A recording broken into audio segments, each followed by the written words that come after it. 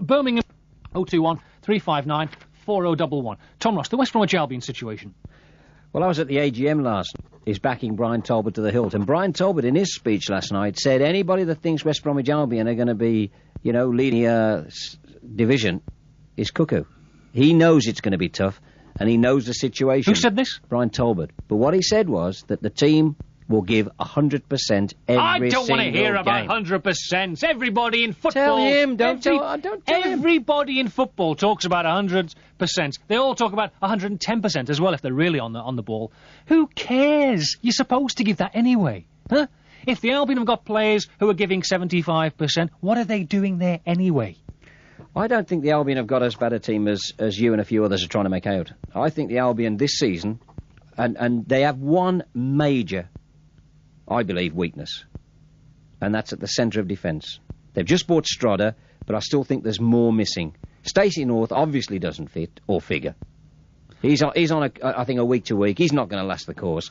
And the other lad, Raven, is a young lad, and Burgess, it's new to him. I think they're going to need a big commanding centre-half alongside Strada. How much money does Brian Talbot have to spend more? He's bought a load of players. The chairman said he's never turned him down for a player. Exactly. He's bought a load of players, Brian Talbot. Don't give me this Brian Talbot blue and white army anymore. Brian Talbot has got to lead his own way and do some of his own fighting at the moment, Brian Talbot, in the shape of his team.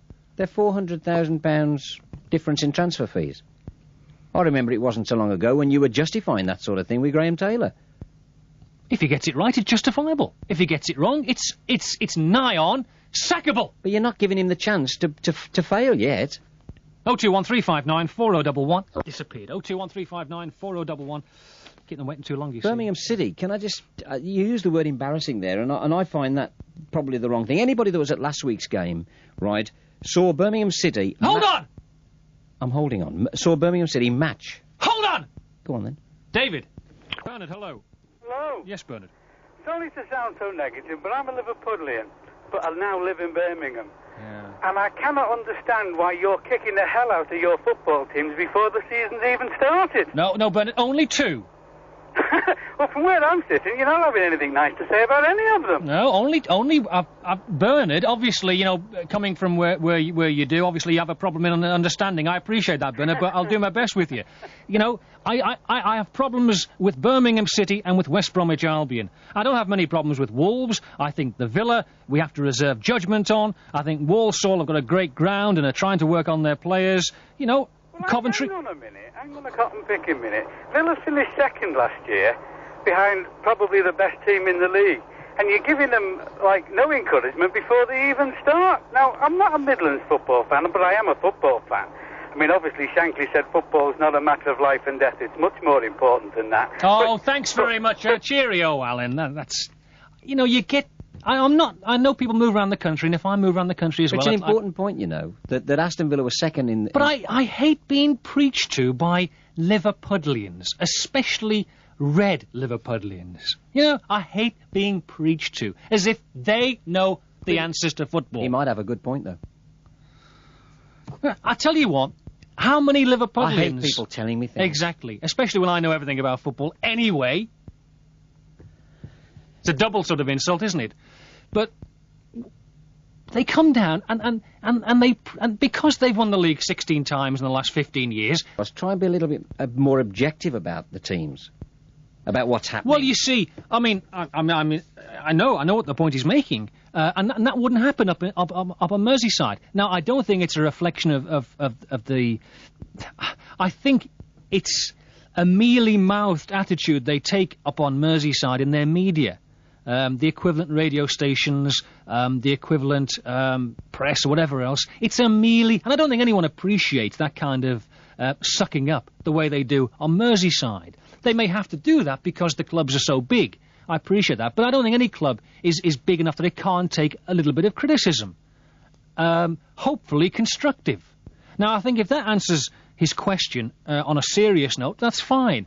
But please don't come on here and preach and tell me what Bill Shankly said, because I don't want to know. I want to know what you think about our clubs. That's what I want to know. The thing is, I think Dr. Joe will make one or two signings, like within the first couple of months of the season. George, can I throw something in that worries me about Villa as an observer who is not a Villa fan? Not yet. We should keep him in the club. Well, I think the argument will be that possibly Mark Blake will play central midfield one day and take over from Sid. I don't know, but I said before you can't rely on that, and you may be right. Buy someone in and get sorted out. But the problem is, just wait a minute. I'm just trying to get... Wait a minute. There's an important point. They may just... Venglos, who plays a completely different style to Taylor, to take Taylor's players and play them his way. I think that could be the biggest problem for Aston Villa this season. Venglos needs his own players, the ball players, and I ain't so sure that he's got the players that can play his way. He's got Graham Taylor's players trying to play the Venglos way, and I ain't so sure that's going to work. So, if I got your argument correct there, you're saying Villa are a bunch of long ball whackers. I didn't say that. I'm just trying to sort of rephrase it so we can all understand. No, you're putting words in my mouth. I didn't say that. They play the Graham Taylor direct style. So you're saying, just for the purpose of argument here, for people like myself, who see the game as a simple game, basically, by and large, you're saying Villa have got a bunch of long ball whackers. Didn't say that. Can I just finish? Long ball whackers who won't suit Joseph Venglos' sweet passing style. Is that what you're saying? I think you've dressed it up a little bit there. You've put a lot more words to it than I would have said. I said that Graham Taylor's style, which was pretty direct, and he got the ball into the box pretty quick, and he admitted it. Route one, right? I don't think that is the Venglos way. But Gordon Cowans, who plays, and David Platt, who like to pass the ball, and Stuart Gray, who like to pass the ball around, just might suit Venglos. Now, all I'm saying is that perhaps Tony Cascarino might not suit him, is what I'm saying. And at the end of the day, you have to look at things, and let's get realistic about last season. Aston Villa won nothing. And what I said at the start of the season was they'd win nothing. That's what I said. But they were nearer winning something. Oh, I nearly won the pools because somebody next door won it. Come on. Come on, where? They won nothing. Where's the argument taking me? All I'm saying is... Take me. No, what you're trying to say, this, and Greg was doing it... So it's better to come 18th than 2nd, is what you're saying? No, they were tremendous last season, Aston Villa, and like everybody else in the Midlands, I was rooting for them to pip Liverpool, but you know as well as I do. Don't ever tell me I know as well as you do. It's one of your favourite little ploys, that. It puts me immediately in a category, a pigeonhole, which I'm not in and never will be, OK? 0213 BRMB Sport. Can I tell you something, Tom, without offending you? Can I tell you something? Don't tell me anything. Can I just point something out that I think I think during the close season, I think one or two people have probably tried to move your head, turn your head a wee bit. They've been saying things to you. They've been saying, like, don't let him have a go at you again. Don't let him say those kind of things again. And I think it may have just got to you. It may have just turned your head a little bit. And you've come a little bit tetchy. Would I be right in thinking that? You'd be wrong. But then again, what's new? Richard, hello. But I mean, if he doesn't get the goals, 1.5 million means... 1.5 million or 10 million means nothing. It's the performance that counts. No, absolutely right. Cascarino is a known quantity. He's an established quantity. He should be scoring goals. You're quite right. There's a £300,000 midfielder just gone to Scotland that would have done any team anywhere any good, and I've always rated him. That's Terry Hurlock. You know how old he is? I don't care. 32. Don't care. You're right, though. Cascarino has got to score. He's got to be thinking of scoring 20 goals this season, hasn't he? Yes. Any striker has who costs 1.5. If he doesn't, I'm sure he is. Thank you.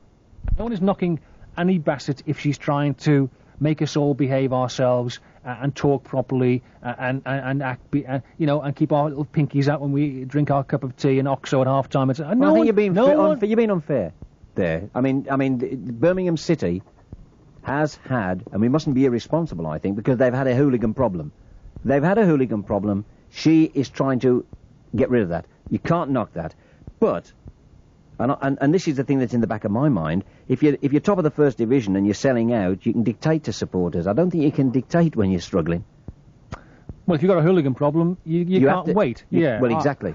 So it's a real problem there. And to be fair to them, they have tried to get rid of it, because I think they've been told that the next step is the Leeds United. They'll close the ground at Birmingham City if there's any more he's almost... What's the word I'm looking for? The manager's shadow in some ways. Confidant. Not bad for me, that was it. Time.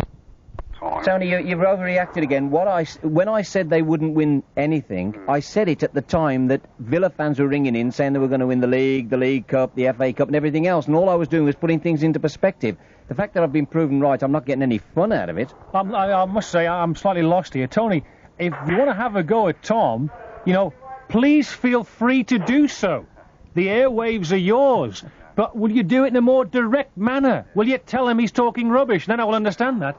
No, the thing that beat the Villa last season was like you say, it's Liverpool, experience throughout the club and always has been and always will be. Hang on, they lost with all streets behind. Typical, that's typical. You were 5 points clear, and then you lost to Manchester City and other teams. It wasn't Liverpool. Aston Villa lost the league because of themselves. Yes, you're right, George. But this season, looking at it now, they do need 3 players. They are 3 players short from a very good side. In the main positions, midfield especially, and fullback. OK, I'm totally lost now. Thanks a lot, Tony. Martin. Hello. Yes. Oh, George. Yes. I'm just saying about Tom Ross. He's very right what he's saying. Very right. What's he saying now? He's right what he's saying, What about? He's right what he says about the Blues. He's right, the Villa won't do very well next season. They've got a continental manager. Yeah, I don't really think we're getting very far, are we, Martin? Pity about that. Leslie, hello. In the same way as if West Bromwich Albion can't get out of the second division, it's a poor state of affairs. That's the toughest division this year, the second. Well, so you're saying the Albion should be happy with being a second division? I never said that. This is the I thing. never said that. I said it's the toughest division to get out of because there are a lot of good teams down there. Sheffield Wednesday, the Oldhams, there's a lot of good teams all battling I tell you what, here's some bricks and mortar. Build yourself a big wall in front of yourself. Hey, that's what you're doing. Build yourself a big brick wall and bang your head against it. Bang your head against the brick. I'll tell you, I'd rather bang my head against a brick wall and bang the drum like you're doing because you can't necessarily say you've got to go out to win the league and get promoted, but you always have to have a touch of realism in your life. And it's a tough old division with Sheffield Wednesday and Hull, who spent a lot of money, the Oldhams and other teams down there that are battling away. You watch Hull be there or thereabouts. Take it from me. It's the same thing as saying, the first division, it's not a sprint, it's a marathon, and it's the hardest league in the world. It is, but if you keep saying it to yourself, you'll believe it long enough that you won't even attempt to win it. What's the point in that? You have to set your expectation level at the right pitch, for goodness sake, surely. Yeah, exactly. No, that's exactly the point. And the expectation level for the Albion should be to walk the second division. Never mind about... That's rubbish, because if they don't...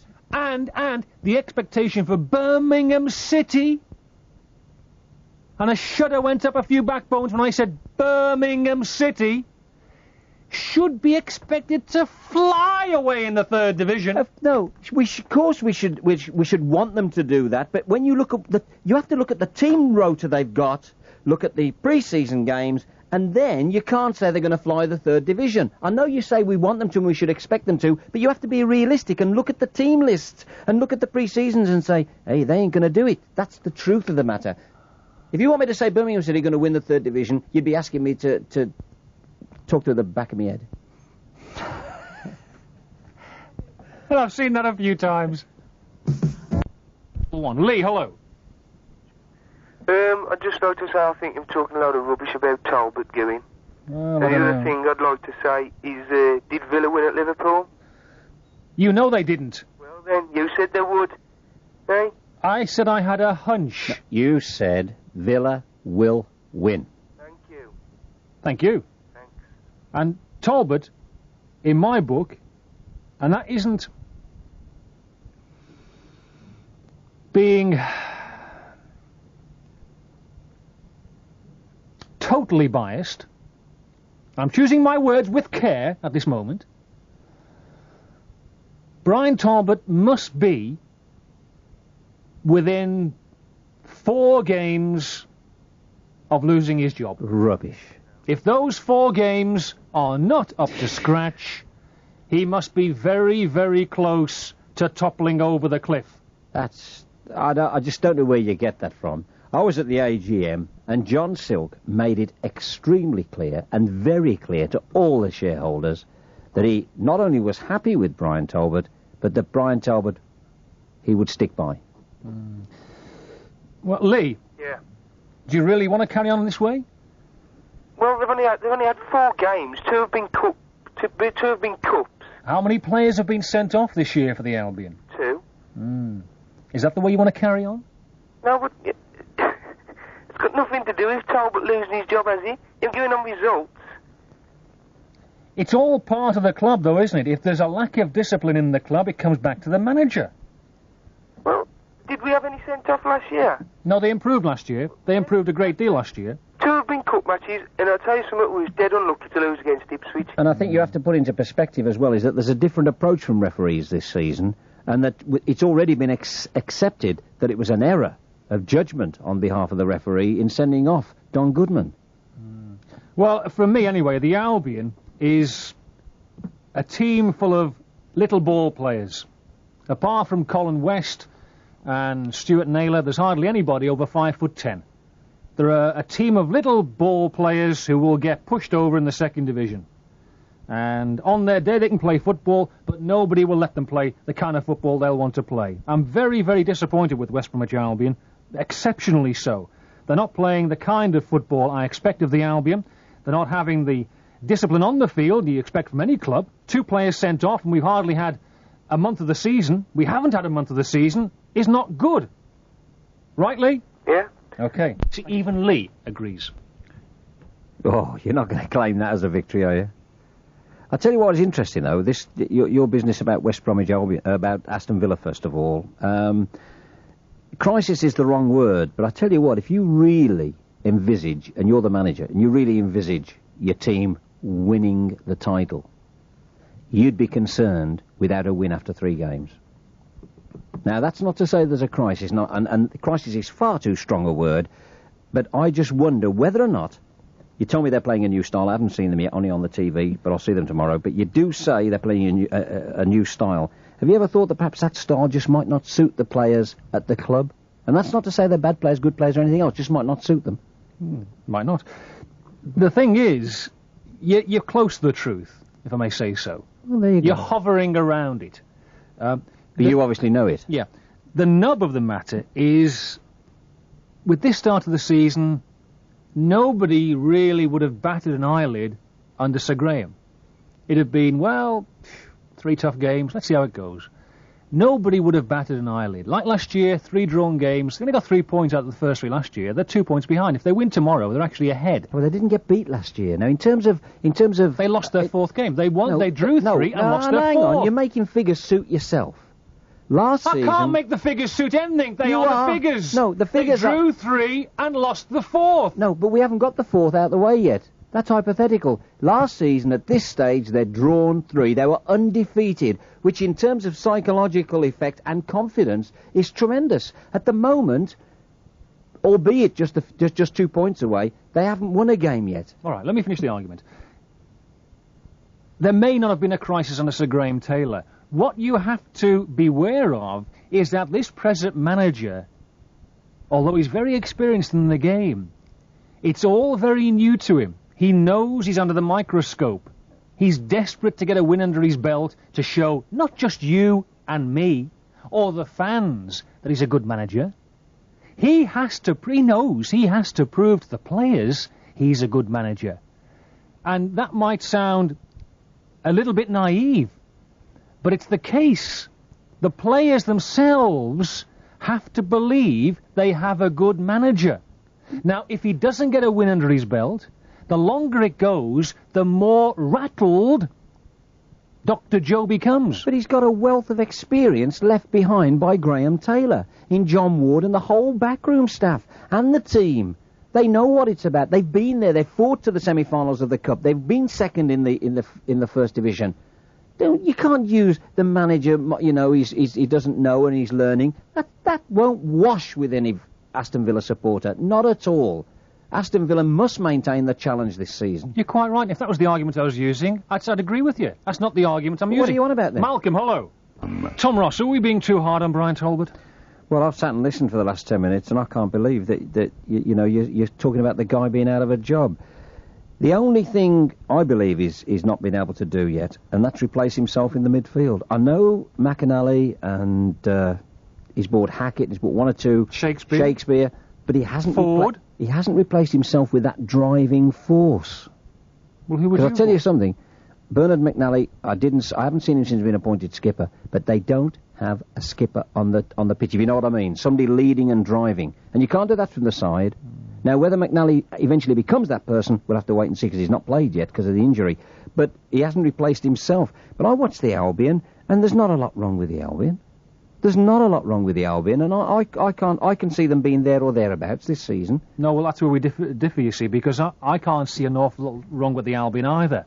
As individuals, on paper, what they're not doing is performing as a team. On one hand, you're saying, Villa all sorted out, let them sort it out, Villa this, Villa that. I mean, for goodness sake. No, I'm not saying that. It's just, you are. You're saying Villa, they've done all right, they've played not bad, but they haven't won a game, but they'll be all right. You're not affording West Bromwich Albion the same courtesy. I saw West Bromwich Albion all last season, and I afforded West Bromwich Albion we're talking 12 months. This is this season. Yeah. Nothing's changed. How do you know? Look at the league table. Well, exactly my point.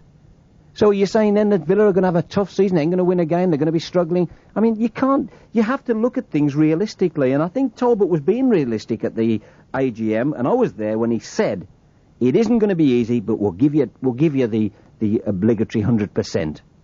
He said, but it isn't going to be easy. And I tell you what, the second division is a tough division to get out of this year. There's some good teams in there. Oh, make excuses. Peter, hello. I'll tell you something as well, while I've got the chance to say it. The referee in midweek at Manchester City should seriously be looked at. Seriously be looked at. You can't, in the past, over the last 2 years, 3 years, every time a referee's been mentioned, or bad luck, you've jumped on it and said, you can't blame referees, you can't blame bad luck. Now it suits you to.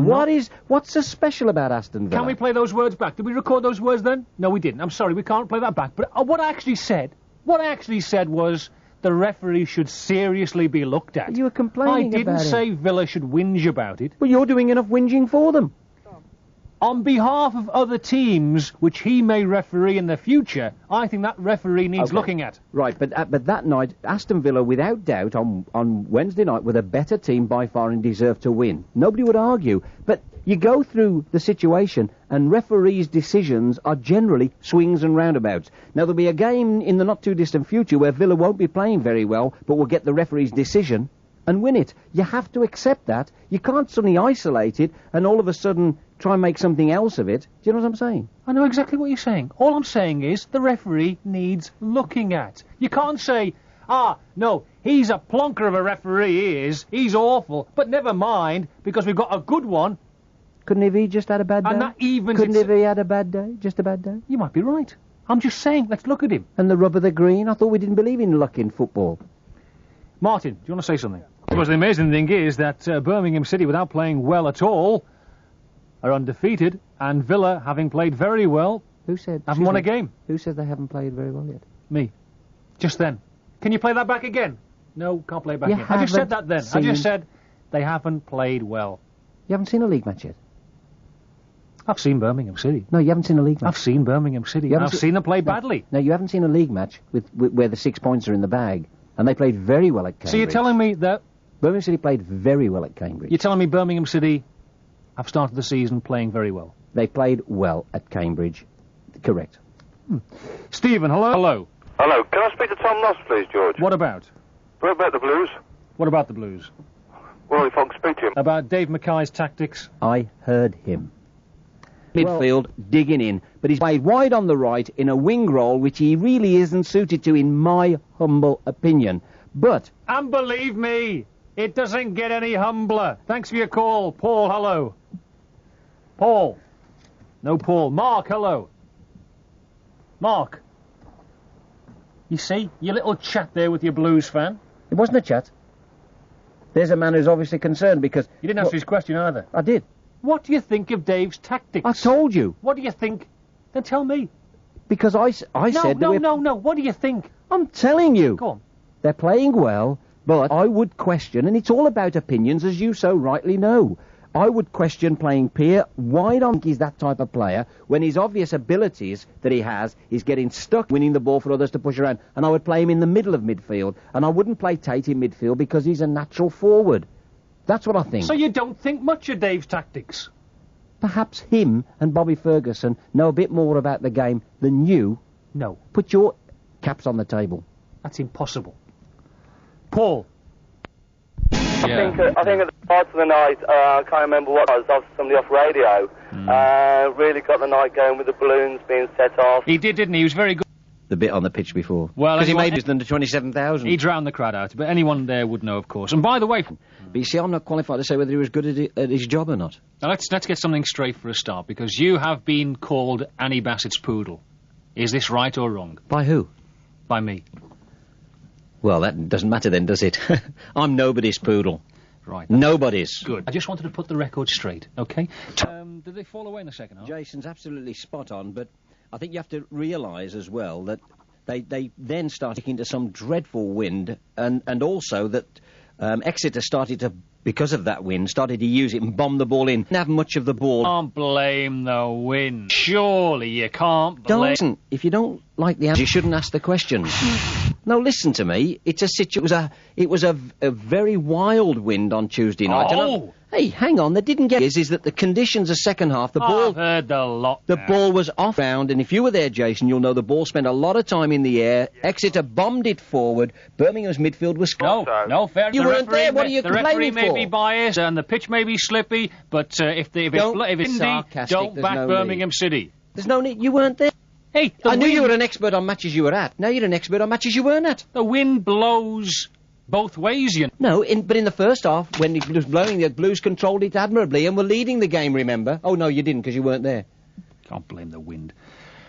021359359 4011. Those programme notes coming up shortly. Gary on the line. Hello, Gary. Hello, John Arthur Blues. Yeah. It was on about the bad conditions. Yeah. Villa played at Middlesbrough. A lot of Villa fans, and you agree with them that things were bad.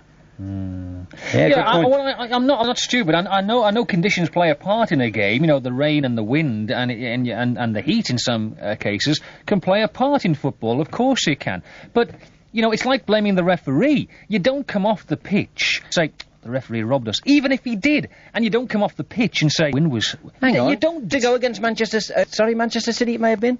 You said there was a disgrace and Villa would have won, but for the referee? Yeah. You can't have it both ways. What you don't do is make that the reason. You look at yourself. I didn't make it the reason. Look at yourself. No, excuse me. Why didn't we take that chance? No, hang on. If you remember the question the caller put, I think it was Jason, who said the Blues didn't get much of the ball and didn't get their tackles in the second half, and I was explaining that the ball was in the air, which is why the midfield didn't get a grip. But it sounds so whingy to say it was windy. No more whingy than the referee was all... That's good advice. That's good advice. That's good advice. OK, Gary?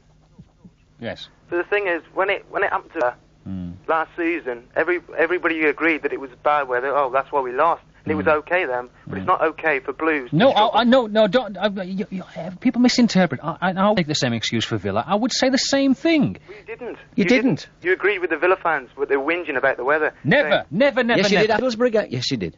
You did. I phoned up and said about it then. Yeah, I'm a Liverpool supporter. Thank you, John. Let's go to Steve. Hello, Steve. Hi, George. Yes, Steve. Yes, Paul. I'd like to speak to Tom, actually. What about? Well, as he was at the match on Tuesday night, and it's regarding... I thought that during the first half an hour that Birmingham was superb. Yes. And tended to lose their way. Yes. After they had to make changes during the second half through injuries to Just a minute, Tom. Yes. Well, I can't talk to you, George. You weren't there. Well, just what's the question? And what I wanted to say was that not a Villa fan, he'd be in the team and given a chance. Not necessarily so. He's only 19. Hey, Villa have got players there like Dwight York, Andy Comyn, Mark Blake, who we were talking about near. Birmingham City. No, he just talked about Villa then. Wasn't me. He just raised Villa. Right? If he's that good, put him in the team, because I saw Moran. It's the first time I ever saw him, and I'm sorry, but I think if they've given him a contract, then they must be desperate for strength. I tell you, hell of a hard worker, isn't he? Works his head off for the team, wants to be successful, but... He just hasn't got it. No. Can I just ask something? We're having a chat. Paul and I are talking about Blues. Yeah, thanks for the call, Paul. If Moran, no one likes Richard. him... If Richard Moran, no one likes him as a player, and no one fancies him as a player, how come they've just signed him? I might be a bit thick here. But isn't it about opinions? So whose opinion is that he's Not many worth signing? people fancy Tony Cascarino, but Graham Taylor spent 1.5 million on him. Who's talking about Villa? Me. I'm just making a point. I'm trying to show you the parallels. It isn't that simple. The manager and coaches can see something in so Ricky you're Moran. Saying Dave Mackay and Bobby Ferguson are totally totally...